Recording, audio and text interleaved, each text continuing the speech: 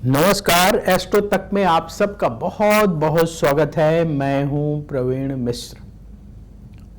हरियाली तीज कब है? उत्तर भारत में हरियाली तीज को महत्वपूर्ण पर्व क्यों माना जाता है? हरियाली तीज के दिन किस देवी देवता की पूजा करनी चाहिए? जो लोग पहली बार हरियाली तीज का व्रत करेंगी उन्हें किन बातों का विशेष ख्याल रखना चाहिए?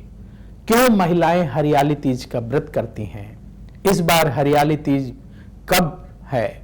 14 अगस्त 2026 को या 15 अगस्त को? बहुत सारे जो आपके मन में सवाल हैं हरियाली तीज को लेकर, उन सवालों के जवाब इस वीडियो में जानेंगे। साथ ही जानेंगे हमारे धर्म ग्रंथों में, पुराणों में हरियाली तीज के बारे में क्या वर्णन मिलता है। तो अपने दर्शकों को बता दें कि हर साल श्रावण मास के शुक्ल पक्ष की तृतीया तिथि को हरियाली तीज का पावन पर्व मनाया जाता है। ये त्योहार उत्तर भारत में, खासकर उत्तर प्रदेश, मध्य प्रदेश, बिहार के कुछ इलाकों में ज़्यादा मनाया जाता है। इसके साथ ही जो लोग उत्तर भारत से मूव करके और प्रांतों में चले गए हैं तो वहाँ भी वो लोग मनाते हैं। दिल्ली में बहुत सारे लोग मनाते हैं। तो हरियाली तीज का उत्सव आपको भारत के कई इलाकों में देखने को मिल जाएगा, क्योंकि लोग अपने रोजगार के सिलसिले में एक जगह से दूसरे जगह जाते हैं तो वहाँ अपने पर्व त्योहार मनाते हैं। हरियाली तीज पर महिलाएं व्रत रखती हैं। बहुत सारी महिलाएं निर्जल व्रत भी करती हैं। बहुत सारी महिलाएं चाय लेकर, फल लेकर के भी व्रत करती हैं। ज़्यादातर उत्तर भारत में महिलाएं निर्जल व्रत भी करती हैं और ये व्रत पति की लंबी आयु के लिए रखा जाता है। ऐसी मान्यता है कि इसी दिन भगवान शिव माता पार्वती से मिले थे, ऐसा पुराणों में वर्णन मिलता है। शिव पुराण में जो वर्णन है उसके अनुसार माता पार्वती ने भगवान भोलेनाथ को पति के रूप में प्राप्त करने के लिए सैकड़ों वर्ष तप किया था। तब भगवान शिव को पति के रूप में माता पार्वती ने प्राप्त किया था। तो इस दिन भगवान शिव और माता पार्वती की पूजा की जाती है। तो ये जो पर्व है, ये जो व्रत है, बहुत महत्वपूर्ण है। पहले अपने दर्शकों को ये बता दें कि आपको 14 अगस्त को मनाना है, 14 अगस्त 2026 को कि 15 अगस्त 2026 को? तिथि किस दिन आपके लिए पड़ रही है व्रत वाली? तो देखिए, कंफ्यूजन इसलिए हो गया क्योंकि जो तृतीया तिथि है वो 14 अगस्त की शाम को 6:46 पर शुरू हो जाएगी और इसका समापन 15 अगस्त को शाम 5:28 पर होगा। तो कोई कंफ्यूजन मन में ना रखें, 15 अगस्त 2026 को ही आप हरियाली तीज का व्रत करें और भगवान शिव और माता पार्वती का पूजन करें। पूजा का सबसे शुभ मुहूर्त क्या होगा? देखिए, संध्या काल में, प्रदोष काल में पूजा करना सबसे उत्तम माना जाता है। शिव पूजन के लिए सबसे उत्तम समय है प्रदोष काल। प्रदोष काल को आप सरल तरीके से ऐसे समझ सकते हैं, जब सूर्यास्त होने लगे वो जो समय होता है उसे प्रदोष काल, गोधूली बेला कहते हैं। आजकल जो सूर्यास्त का टाइम है, खासकर उत्तर भारत में, वो शाम को 7 बजे के आसपास होता है। 2-4 मिनट कहीं आगे, 2-4 मिनट कहीं पीछे। तो शाम को 7 बजे से लेकर के शाम को 7:30 बजे के बीच में आप हरियाली तीज की पूजा अवश्य शुरू कर लें। ये सबसे उत्तम मुहूर्त है, सबसे उत्तम मुहूर्त है। अब बात उन लोगों के लिए जो लोग पहली बार व्रत करने जा रहे हैं। बहुत सारी कुंवारी कन्याएं अच्छे जीवन साथी की प्राप्ति के लिए भी इस व्रत को करती हैं। घर परिवार की महिलाएं उन्हें रखवा देती हैं हरियाली तीज का व्रत। और विवाह के बाद बहुत सारी महिलाएं अपने पति की लंबी आयु के लिए तो इस व्रत को करती ही करती हैं। तो मान लीजिए जो लोग पहली बार इस व्रत को कर रहे हैं, उन्हें किन बातों का ध्यान रखना चाहिए, कैसे पूजा करनी चाहिए। देखिए, पहली चीज तो यह है कि अगर आपके घर परिवार में महिलाएं पहले से व्रत रख रही हैं तो आप उनको फॉलो करिए। आपके परिवार की जो परंपरा है उस परंपरा को निभाना चाहिए, उस परंपरा को मानना चाहिए। इससे परिवार के प्रति, परिवार के संस्कारों के प्रति हमारे अंदर रिस्पेक्ट का भाव बढ़ता है। तो जब तक परंपरा में कोई बड़ी दिक्कत ना हो, परंपरा को नहीं छोड़ना चाहिए। तो आप अपने परिवार की परंपरा का पालन करते हुए पूजन करें, व्रत करें। हम एक सरल विधि बता रहे हैं, पूजा विधि। इस तरीके से आप पूजन कर सकते हैं जिनको परिवार का गाइडेंस नहीं मिल पा रहा है। क्योंकि आजकल बहुत सारे लोग रोजगार की तलाश में एक जगह से दूसरे जगह चले जाते हैं। घर की बूढ़ी बुजुर्ग महिलाएं साथ में होती नहीं है, कोई गाइड करने वाला नहीं है। कई बार ऐसा संयोग बनता है कि संपर्क नहीं हो पाता, बात नहीं हो पाता। तो अगर आप ऐसी परिस्थिति से गुजर रहे हैं तो ये एक सरल विधान है जिसको अवश्य अपनाना चाहिए। जैसे क्या करना है आपको, जिस दिन ये पवित्र पर्व है हरियाली तीज का, जैसे कि हमने आपको बताया कि 15 अगस्त को है, तो आप उस दिन सुबह जल्दी उठ जाएं। क्यों सुबह जल्दी उठना चाहिए? कभी कोई व्रत पर्व आता है, हम कहते हैं सुबह जल्दी उठ जाइए। क्यों उठना चाहिए?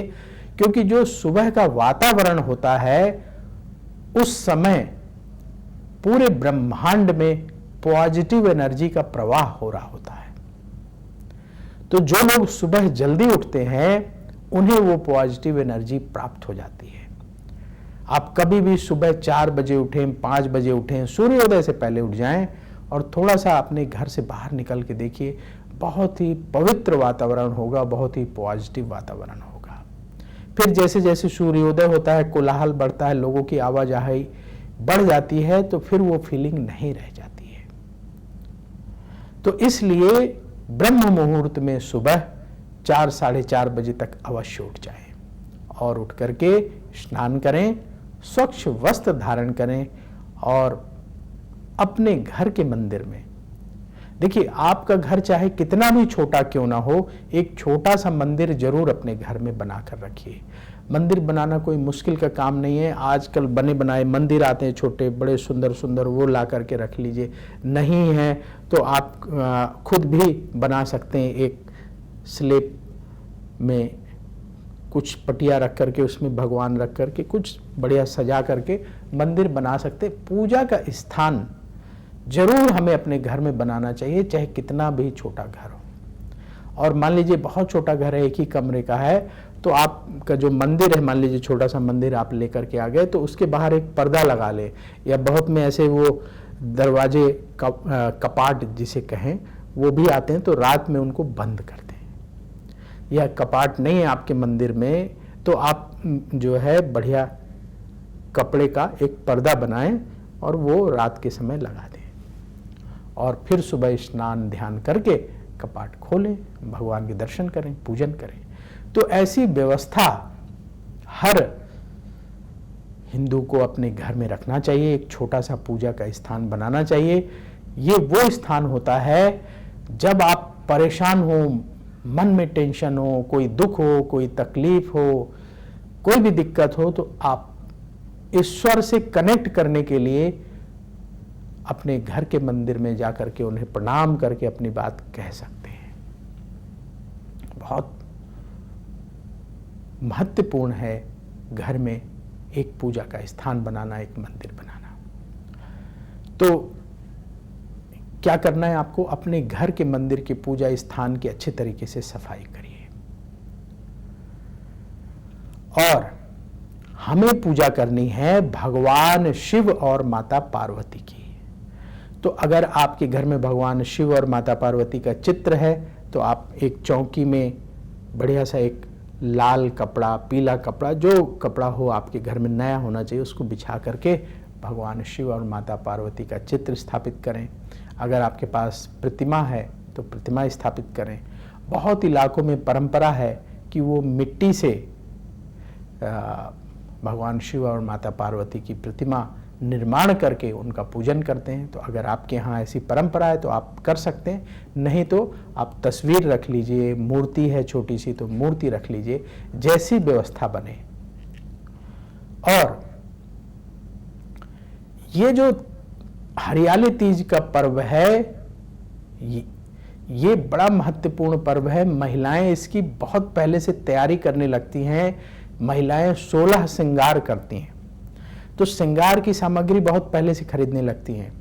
जैसे ज़्यादातर महिलाएं हरे रंग की साड़ी पहनती हैं, हरियाली तीज नाम ही है हरा, तो ग्रीन कलर की साड़ी पहनती हैं, ग्रीन कलर की चुनरी खरीदती हैं। बहुत सारी महिलाएं रेड कलर की चुनरी खरीदती हैं, कुछ लोग रेड कलर की साड़ी भी पहनती हैं। तो जैसे आपकी परिवार की परंपरा हो, ग्रीन कलर की साड़ी भी आप पहन सकती हैं। और जो 16 श्रृंगार की सामग्री होती है, उसमें आपकी साड़ी, चुनरी, सिंदूर, बिंदी, मेहंदी, चूड़ी, महावर, काजल, सीसा, कंघी, इत्र, बहुत सारी चीज़ें आ जाती हैं। वो सारी सामग्री आप पहले से एकत्र कर लें, पहले से एकत्र कर लीजिए। तो एक तो हमें श्रृंगार की सामग्री माता पार्वती को अर्पित करना है, तो एक तो उनके लिए आपको सारी चीज़ें मंगानी है। जैसे कुछ प्रमुख चीज़ें ज़रूर रखें, अगर सारा 16 आइटम नहीं बन पा रहा तो उससे परेशान मत होइएगा। जैसे सिंदूर, बिंदी, चूड़ी, काजल, मेहंदी इत्यादि, महावर इत्यादि सामग्री जरूर रखें। साड़ी, चुनरी भी रखना चाहिए। साड़ी की व्यवस्था नहीं हो पा रही तो एक चुनरी माता पार्वती को अर्पित करने के लिए जरूर रखें। भगवान शिव के लिए एक वस्त्र रखें। तो ये सामान पहले से मंगा लें। इसके साथ ही पूजा के लिए ऋतु फल जो इस मौसम में मिलते हैं, जैसे आपको इस मौसम में अब मिलने लगेगा, सेब मिलने लगेगा, केला तो हर मौसम में मिलता है, और भी जो फल आपके यहाँ अमरूद है मिल रहा, वो ऋतु फल लेना चाहिए। और पुष्प, सुंदर सुंदर पुष्प, माता पार्वती को चढ़ाने के लिए लाल रंग का पुष्प आप ले सकते हैं। भगवान शिव को चढ़ाने के लिए बेलपत्र जरूर लें। और भगवान शिव का अभिषेक करने के लिए गंगा जल, दूध, दही, घी, शहद अवश्य रखें। चंदन, पंचामृत बना करके रख लीजिए, पंचामृत से भी अभिषेक कराना चाहिए। अक्षत रख लीजिए। तो ये जो सामग्री है ये पहले से एकत्र कर लें। और सुबह तो हमें भगवान को स्थापित कर दिया, तिलक लगाया, अक्षत चढ़ाया, माला चढ़ाई और प्रार्थना किया कि आज हम तीज का व्रत कर रहे हैं। हे भगवान शिव, हे माता पार्वती, हम पर कृपा करो, हमारी मनोकामना पूर्ण करो। और आप भगवान शिव और माता पार्वती की आरती कर लें। और शाम के समय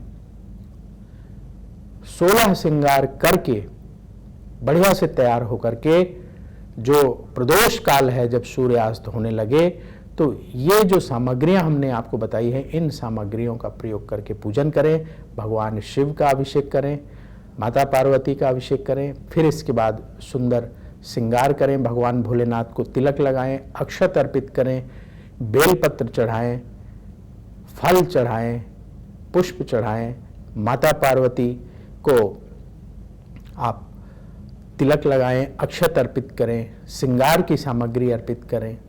और इसके बाद वहीं बैठ करके शाम के समय हरियाली तीज व्रत की कथा सुने या पाठ करें। जैसे होता क्या है, आजकल महिलाएं ग्रुप में बैठ जाती हैं और एक महिला पढ़ती जाती है और सब सुनती हैं।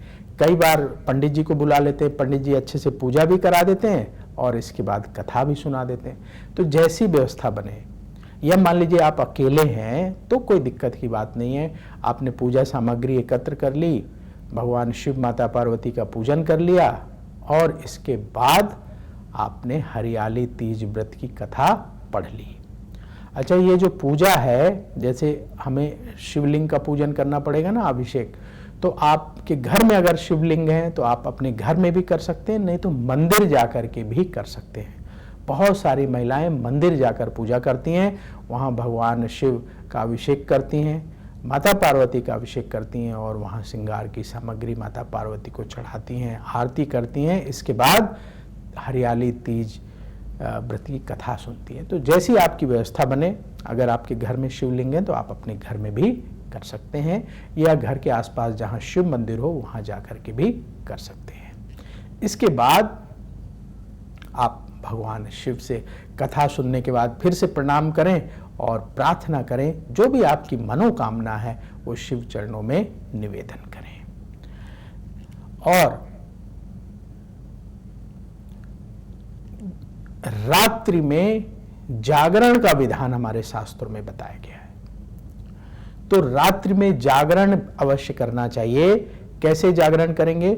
आप भगवान शिव से संबंधित जो भजन होते हैं, भगवान शिव और माता पार्वती के बहुत सुंदर सुंदर भजन होते हैं, तो महिलाएं अपना समूह बनाकर बैठ जाती हैं किसी एक के घर में और वहाँ बैठ कर के सुंदर सुंदर भजन गाती हैं। और फिर जब सुबह हो जाता है तो स्नान करती हैं, स्नान करके फिर एक बार शिव मंदिर जा कर के वहाँ पूजा करती हैं, अन्न का दान करती हैं और इसके बाद फिर अपने व्रत का पारायण करती हैं। तो इसलिए रात्रि जागरण जो व्रत का तप है उसका एक पार्ट है। जैसे ये एक तप है, दिन भर महिलाएं, बहुत सारी महिलाएं निर्जल व्रत करती हैं, कुछ चाय फल इत्यादि ले लेती हैं, लेकिन ये तप है। और रात्रि जागरण इस तप का ही हिस्सा है, तो रात्रि जागरण करना चाहिए। जिन लोगों को स्वास्थ्य संबंधी अगर कोई दिक्कत है तो अपने स्वास्थ्य को ध्यान में रखते हुए आपको करना चाहिए। और फिर अगले दिन पूजा करके अन्न वस्त्र का दान करके फिर इसके बाद आपको प्रसाद ग्रहण करना चाहिए। तो भगवान शिव और माता पार्वती की कृपा से जो आपकी मनोकामना है, मान लीजिए कोई कुंवारी कन्या है, उनकी मनोकामना है कि अच्छा जीवन साथी मिले, शीघ्र विवाह हो, तो वो इच्छा पूरी होती है। जो सुहागिन महिलाएं हैं, तो आपने जो मनोकामना मांगी है कि पति की लंबी आयु हो, तो आपके पति की लंबी आयु होती है। ये इतना महत्वपूर्ण पर्व है। तो इस पर्व को आप पूरे विधि विधान से मनाइए। पहली चीज तो आपको मिलेगी कि आपका मन खूब शांत हो जाएगा। चाहे आपके जीवन में कितनी भी परेशानी क्यों ना चल रही हो, कोई भी दिक्कत क्यों ना हो, घर परिवार में उठापटक क्यों ना हो, अगर आप ये व्रत करती हैं, भगवान शिव और माता पार्वती का पूजन करती हैं, तो सबसे पहले आपका मन शांत होगा, सकारात्मक ऊर्जा की प्राप्ति होगी और जीवन के झंझावतों से लड़ने की शक्ति प्राप्त होगी। जो दिक्कतें हैं, परेशानियां हैं, उनसे जूझने की, उनसे फाइट करने की जो शक्ति है, वो आपको ये व्रत प्रदान करेगा। तो इसलिए इस व्रत को अवश्य करना चाहिए। तो समय निकाल करके, आजकल लोगों को बड़ी दिक्कत होती है कि जी टाइम नहीं है, हमें ये बिजी हैं, वो बिजी हैं, ऑफिस जाना है, काम करना है, सब कुछ ठीक है, लेकिन फिर भी हमें समय निकाल करके व्रत अवश्य करना चाहिए, क्योंकि इसका लाभ इतना है कि उसको आप जो है इसके लाभ को किसी दायरे में बांध नहीं सकते, इतना बड़ा लाभ है। वैवाहिक जीवन में अगर कलह है, टेंशन है, वो कलह भी भगवान शिव और माता पार्वती दूर करते हैं। कोई मतभेद है, दिक्कत है, तो अवश्य जो है भगवान शिव और माता पार्वती का पूजन करना चाहिए, रात्रि जागरण करना चाहिए, भजन करना चाहिए। फिर आप देखेंगे आगे आने वाले 1 साल तक आपके वैवाहिक जीवन में खुशहाली बढ़ती चली जाएगी, सुख समृद्धि बढ़ती चली जाएगी, दाम्पत्य जीवन में मधुरता बढ़ती चली जाएगी। हमारा ये अनुभव है कि जो लोग, जैसे हरियाली तीज है और जो हमारे सनातन धर्म के पर्व त्योहार हैं, जो लोग अपने घरों में मनाते हैं, उनके घर में कलह क्लेश कम होता है, लड़ाई झगड़ा कम होता है, दाम्पत्य जीवन में उठापटक कम होती है लेकिन कम होती है। और बहुत सारे ये जो कलयुग में आजकल बहुत सारा हो रहा है गड़बड़ समाज में, उससे वो परिवार बच जाते हैं जहां पर्व और त्योहार मनाए जाते हैं। तो इसलिए अवश्य आप समय निकाल करके हरियाली तीज का पावन पर्व जरूर मनाएं और अपने आसपास के लोगों को इसके महत्व के बारे में बताएं और उन्हें भी इस पूजा में अवश्य शामिल करें ताकि उन्हें भी लाभ हो। दूसरों को सही मार्गदर्शन देना भी बड़ा पुण्य का कार्य होता है। ये पुण्य अवश्य प्राप्त करते चलें। तो हरियाली तीज के बारे में हमारे कई पुराणों में वर्णन मिलता है। शिव पुराण में वर्णन है और भी कई पुराणों में वर्णन है। और इस व्रत को करके महिलाएं अपने जीवन में सुख शांति को प्राप्त करती आ रही हैं। इसके भी जो है वर्णन हमारे कई ग्रंथों में है। कथा ऐसी है कि भगवान शिव को पति के रूप में प्राप्त करने के लिए माता पार्वती ने कठोर तप किया था और कहीं कहीं ऐसा वर्णन मिलता है कि बहुत कड़ी तपस्या माता पार्वती ने की थी और 108 जन्म के बाद माता पार्वती को भगवान शिव पति के रूप में प्राप्त हुए थे। ऐसा कुछ ग्रंथों में वर्णन मिलता है। तो जो लोग भगवान शिव और माता पार्वती का इस दिन पूजन करते हैं, उन पर अवश्य माता पार्वती की विशेष कृपा होती है। और सुहागिन महिलाओं के लिए ये दिन बहुत ही महत्वपूर्ण दिन है। उनके जीवन में सुख समृद्धि बढ़ती है, सौभाग्य बढ़ता है, घर परिवार की उन्नति होती है और पति की लंबी आयु होती है। तो आप इस पवित्र व्रत को अवश्य करें और कमेंट बॉक्स में जरूर लिखें। अगर आपके मन में कोई जिज्ञासा है, कोई सवाल है, तो हम आपके उन सवालों का भी जवाब देने का प्रयास करेंगे। और सावन का पवित्र महीना चल रहा है।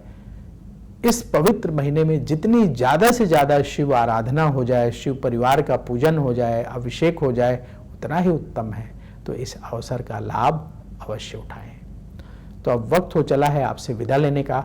देखते रहिए अष्टोतक और कमेंट बॉक्स में हर हर महादेव जरूर लिखिएगा। भोलेनाथ की कृपा आपको प्राप्त होगी।